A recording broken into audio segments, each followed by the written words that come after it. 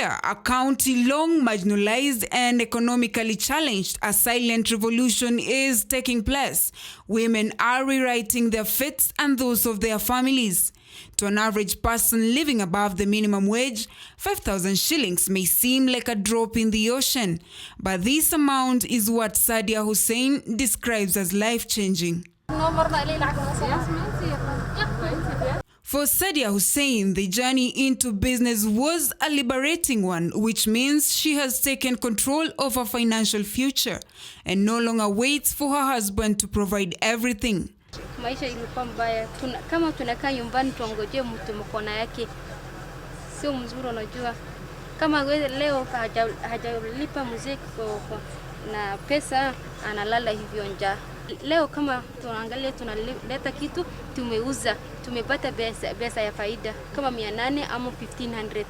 Through the support from Kuza Jamii initiative, Sadia, who is also a member of a village savings group, says she has gained financial literacy. Together with her two partners, they contribute 1,800 shillings to the savings group, acting as a buffer, helping them weather through tough times and keep their business afloat. Kukaa nyumbani sina faida. Kila mtu afanyie kazi yake. Leo uko na furahi sana. Hata ikimwambia giri moja ulete, unalipia na biashara yako. Nitamwambia hiyo mama mwingine anakaa na nyumbani au mke aanzie kwa biashara. For a very long time, women in Wajir County were left in the confines of their homes, waiting for their husbands to fend for them. Now that has since changed, as women are now venturing into business in a bid to better their livelihoods and to diversify their sources of income, ultimately giving them a voice in the society. So mimi sikuwa nafanya biashara yoyote, nilikuwa nakaa nyumbani na watoto. So nilikuwa naishi na mama yangu hata nyumbani na watoto. Baadaye nikapata pesa ya hanga sefa. Nikaenda kushika na biashara kidogo kama makaa, kama hiyo shampoo. Nilikuwa nafanya hiyo biashara kidogo ili watoto waende shule. Baadaye nikapata hiyo pesa ya boma. Pesa ya boma katopika, nimefurahi sana kwanza hiyo pesa, kwa hiyo pesa ya boma. Pesa ya lombia kwa dini yetu si nzuri. Kwa dini yetu Muislamu pesa no si nzuri, sasa tushukuru.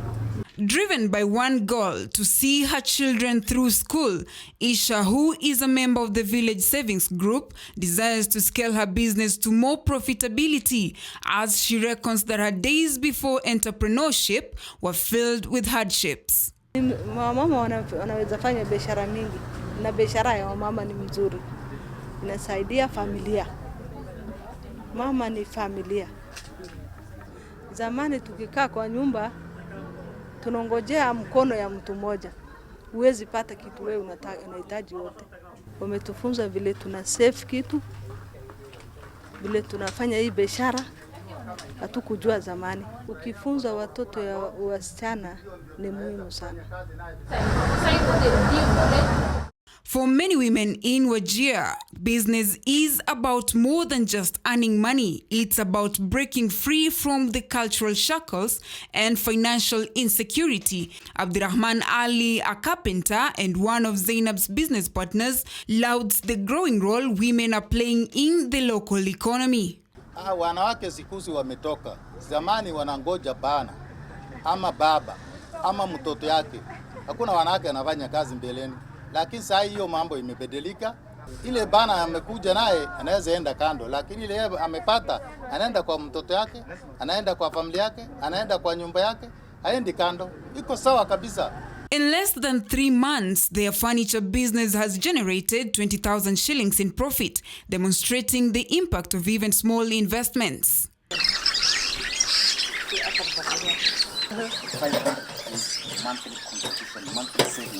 Box si bangi yetu sasa.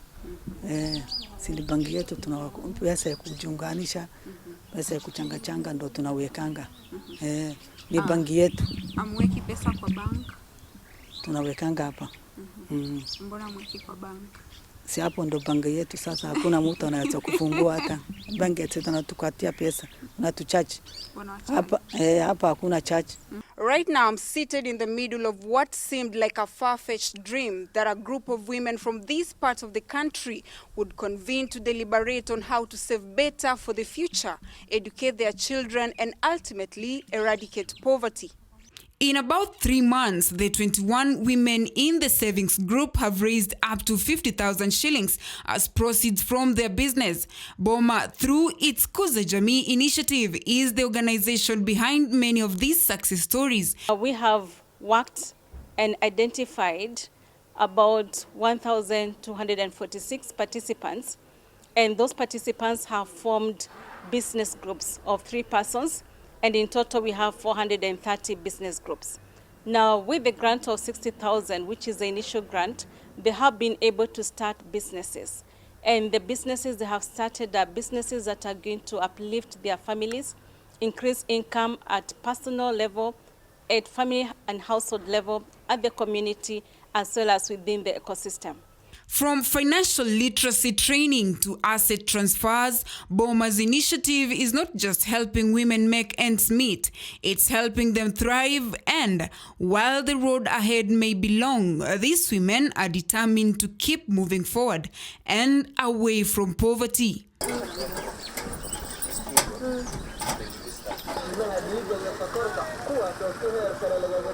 According to a World Bank assessment, in 2019, almost 1/3 of Kenyans were living below the national poverty line, a 13 percentage point decline from 46% between 2005 and 2006, translating into a decline in the number of poor individuals.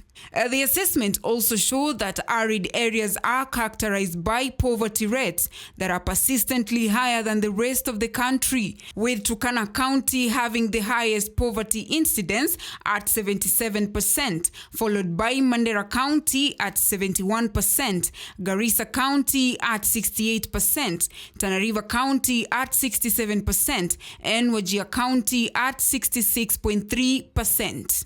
As the world marks the day of eradicating poverty, considerable strides have been made in this part of the country. Despite these, businesses are still faced with challenges such as cultural norms that hinder investments. So then, how sustainable are the efforts of these women in this particular part of the country trying to eradicate poverty, and how much more can be done to sustain them? For KTN News, I'm Esther Diana in Wajir County.